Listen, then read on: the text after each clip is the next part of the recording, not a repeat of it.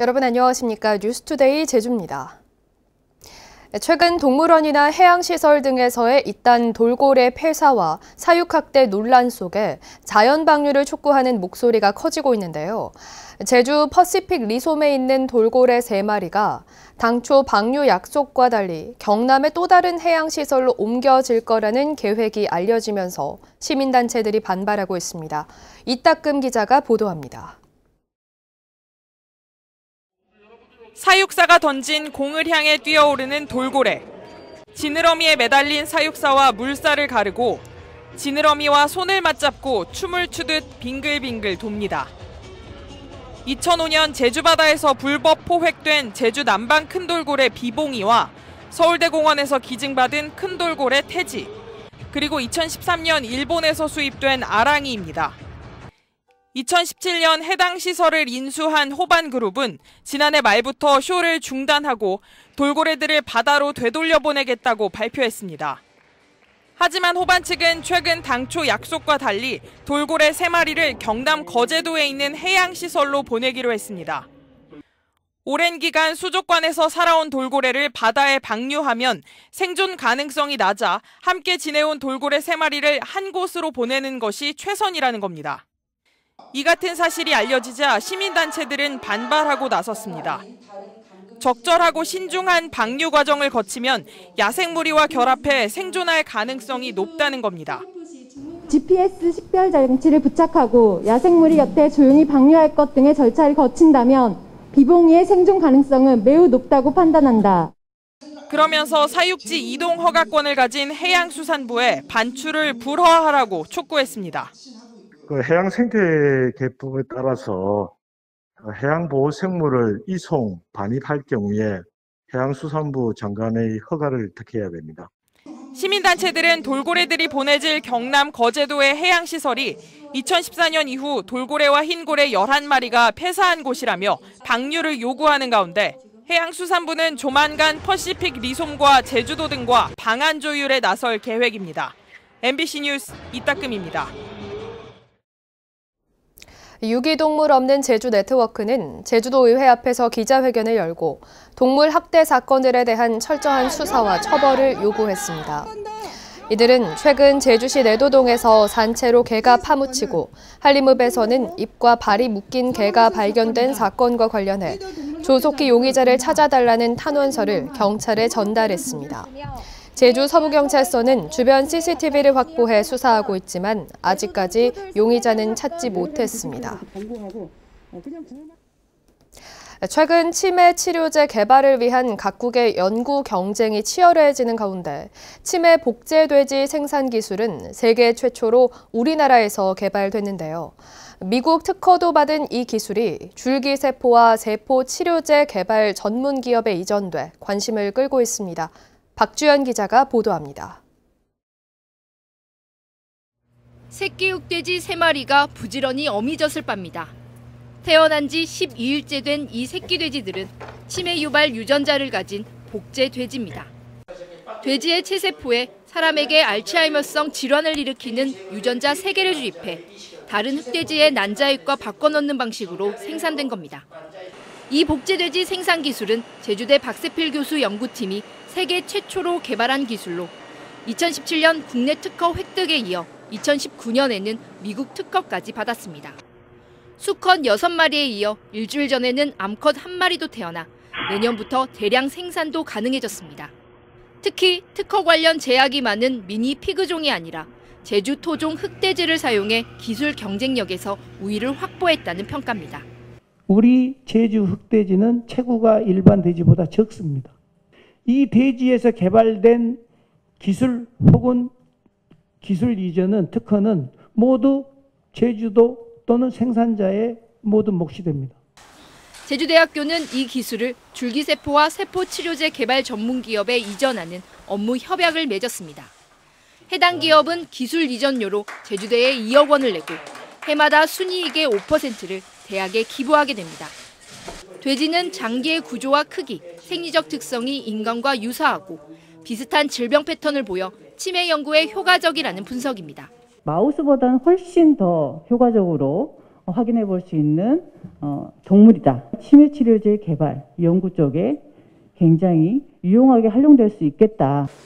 전 세계적으로 추산되는 알츠하이머 환자는 약 5천만 명. 국내 토종 기술만으로 확보된 치매 복제돼지 생산 기술 이전으로 치매 치료제 개발에 속도를 낼 수 있을지 기대가 커지고 있습니다. MBC 뉴스 박주연입니다. 제주 MBC와 제주일보, 제주 CBS와 제주의 소리 등 도내 언론 4사가 무소속 박찬식 제주도지사 후보를 초청해 토론회를 열었습니다. 박찬식 후보는 제주 제2공항 추진을 중단하고 현재 제주공항을 확장하고 서귀포시 성산항에 물류특구를 조성하겠다고 공약했습니다. 김항섭 기자입니다. 제주 제2공항 추진을 중단하고 현재 제주공항을 확장해 4.3 평화국제공항으로 이름 짓겠다는 무소속 박찬식 제주도지사 후보. 박 후보는 제주도가 받아들일 수 있는 관광객 규모에 대한 사회적 합의를 거친 뒤 현 제주공항을 보다 편리하고 안전하게 이용할 수 있도록 확장해야 한다고 밝혔습니다. 터미널을 아주 편리하고 쾌적한 터미널로 만들고 그 사이에 공간을 늘려서 지상 이동을 활발하게 하면 활주로 용량은 지금 2개의 활주로로 하고는 남는다. 이렇게 생각을 합니다. 제2공항 대신 지역균형 발전을 위해 서귀포시 성산항에는 물류특구를 조성하겠다고 공약했습니다. 크루즈 선박을 위한 제주 신항만 조성 사업은 중단하고 성산항의 컨테이너 선적이 가능한 물류항으로 개발해 제주 지역의 물류 문제를 해결하겠다는 겁니다. 그것을 이제 체계적으로 관리해서 물류 비용을 전반적으로 축소시키는 문제가 하나 있고 또 한편으로는 이제 농업과 관련해서 농업 생산물들을 신선도를 일정하게 유지해가지고 보관할 수 있는 특히 영리병원 도입과 관련해 제주특별법에서 영리병원 개설 조항을 삭제하고 헬스케어 타운의 녹지국제병원은 공공병원으로 전환해야 한다고 밝혔습니다. 녹지병원 부지는 저는 가능하면 건강보험공단이나 이런 데서 좀 제주도가 적극적으로 협의해서 인수해서 공공병원으로 전환하는 방향으로 가야 되지 않을까 이렇게 보고 있습니다.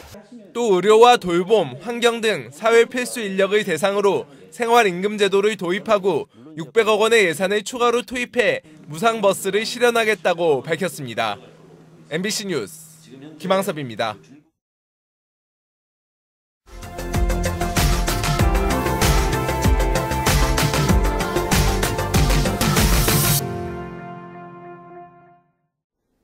코로나19 확산세를 막기 위해 석 달 넘게 닫혔던 경로당의 문이 다시 열렸습니다. 그동안 갈 곳을 잃었던 어르신들에겐 더없이 반가운 소식이지만 고령층 확진 비율이 점점 높아지고 있어서 여전히 주의는 필요합니다. 광주 MBC 임지은 기자가 취재했습니다. 다시 문을 연 경로당에서 어르신들의 웃음꽃이 피었습니다. 모처럼 마주한 반가운 얼굴들에 시간 가는 줄 모르고 이야기를 나눕니다. 운동이 부족했던 어르신들은 굳었던 몸을 풀고 삼삼오오 모여 장기도 듭니다. 조심성은 조심스럽기는 한데 굉장히 반갑습니다. 서로 못 보던 얼굴도 보게 되고 이렇게 또 선배들 모두 만나서 대화도 나눌 수 있어서 좋고 거리두기가 해제돼 자유롭게 모일 기회가 만들어졌지만 경로당 안에선 여전히 지켜야 할 규칙들이 있습니다. 식사를 할 때는 반드시 뛰어 앉아야 하고 노래방 기계 사용이나 격렬한 활동들은 할 수 없습니다. 어르신들이 지켜줘야 할 그런 것들이 규칙이 있거든요.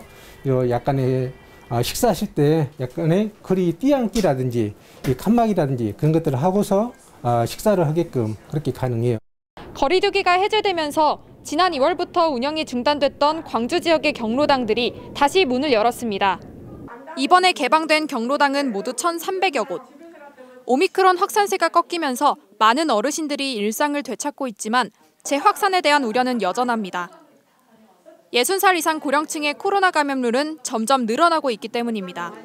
광주 지역 1일 확진자 가운데 60살 이상이 차지하는 비율이 2달 전에 10.4%였던 것이 점점 증가해 이번 달 들어 15%를 넘고 어제는 16.1%를 기록했습니다. 또 지난해 12월 60살 이상을 대상으로 3차 접종을 시행한 이후 4개월이 지나 백신 효과도 점점 떨어지고 있는 상황입니다. 광주시는 고령층을 대상으로 4차 백신 접종을 독려하고 노인 복지시설과 협력해 연락망을 구축하는 등 추가 대책을 마련했습니다. 수시로 이렇게 연락망을 구축을 하고 백신 접종이 꼭 필요하다 이런 부분을 수시로 홍보를 하고 또 관련 기관들과 협력해서 접종률을 높이도록 노력을 하겠습니다. 거리두기 해제로 어르신들이 만남과 소통의 기회를 되찾았지만 그만큼 코로나 고위험군에 대한 예방대책 마련은 중요해지고 있습니다. MBC 뉴스 임지은입니다.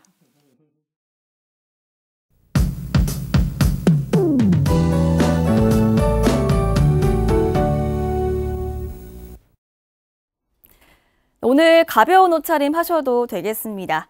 맑은 날씨에 봄볕이 들면서 낮 기온이 쑥쑥 오르겠는데요. 오늘 한낮에 25도까지 올라가겠습니다. 자외선 지수도 매우 높겠습니다. 외출하실 때 자외선 차단제 꼼꼼히 바르시기 바랍니다.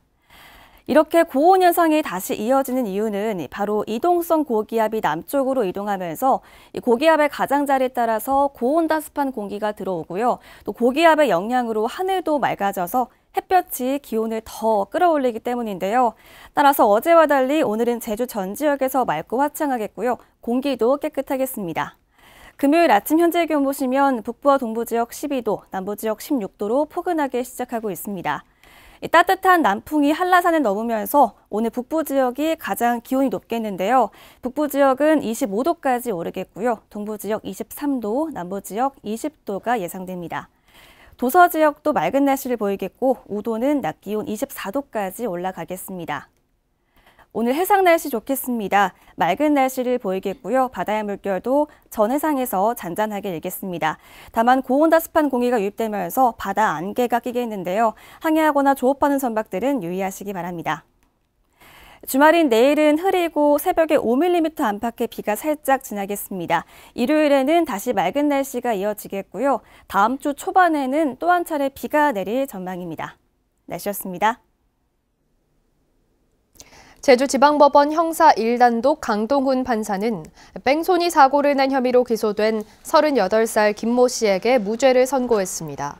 김 씨는 지난해 6월 서귀포시 중문관광단지에서 승용차를 몰다 갓길을 걷던 피해자와 부딪힌 뒤 달아난 혐의로 기소됐는데 재판부는 차량에서 피해자의 옷과 같은 섬유 등이 발견되지 않았고 다른 차량과 부딪혔을 가능성도 배제할 수 없다고 밝혔습니다. 간첩 조작 사건 피해자에 대한 지원 사업이 시작됩니다. 제주도는 간첩 조작 사건 피해자 지원위원회를 구성하고 위원 7명을 선임했습니다. 위원회는 올해 예산 5천만 원을 들여 반공법과 국가보안법 위반으로 처벌받은 뒤 재심에서 무죄를 선고받은 이들에 대한 실태 조사를 실시합니다.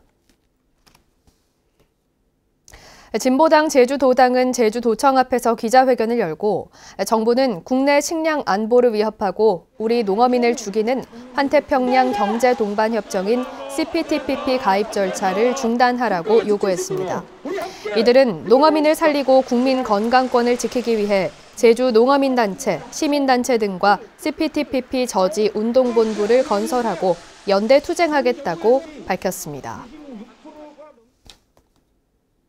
제주형 공유물류 플랫폼인 모당 배송료가 다음 달부터 인하됩니다. 제주도는 다음 달부터 가구류는 최대 62.5%, 식품류는 40%까지 배송료를 인하합니다. 지난 2월부터 운영에 들어간 모당 서비스는 상품 배송처에서 제주 거점센터까지 물품을 배송한 뒤 주문자가 직접 찾아가거나 추가 비용을 내고 자택 배송을 받는 시스템입니다. 제주국제컨벤션센터 개인 보유 주식에 대한 추가 매입이 이뤄집니다. 제주도는 오는 25일부터 다음 달 22일까지 8억 원을 들여 컨벤션센터 개인주 16만 주를 매입한다고 밝혔습니다. 제주도는 지난 1997년 컨벤션센터 출범 당시 출자한 뒤 장기간 배당받지 못한 개인 주주들의 민원을 해소하기 위해 2020년부터 65만 주를 매입했습니다. 뉴스를 마치겠습니다. 시청해주신 여러분 고맙습니다.